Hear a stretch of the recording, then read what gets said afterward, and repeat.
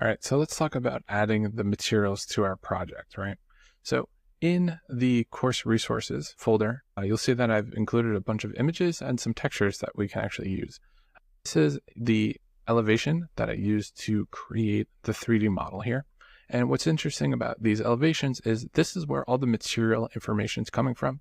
If you've never worked with an architect, this is a typical drawing that they'll provide. This is basically showing the contractor or even us what it's supposed to look like. And this doesn't use perspective. This is a 2D orthographic drawing. So everything looks flat. But basically, each number bubble, right, correlates with a key. So 1 could be asphalt shingles, 2 can be metal, and so on. And usually the architect will include a spec that'll say, use this brand by this color, or they'll just submit a look and feel board and be like, hey, this is the general vibe we're going for, right? So if you're ever curious like how these materials come to be, that's how. With this project, since it's actually been built, I can show you what the materials should look like and we can reverse engineer them, right? So let's talk about how many different materials we're going to have here. So if we look here, we've got this wood cedar shake, right?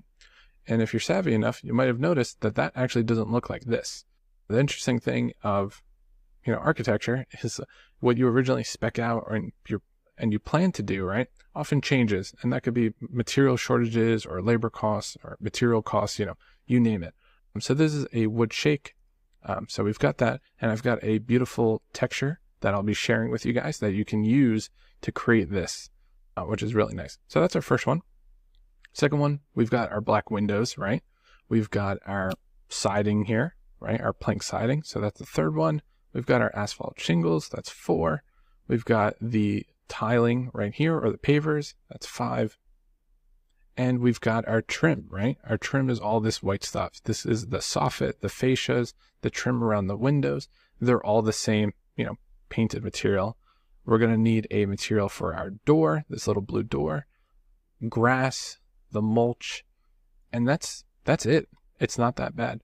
Maybe a material for the pool water, right? So here you can see it was a project in a development.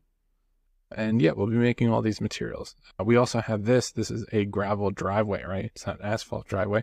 So that's another one. So we're looking at about, 10 different materials, and I'll show you how we're going to make each one of them.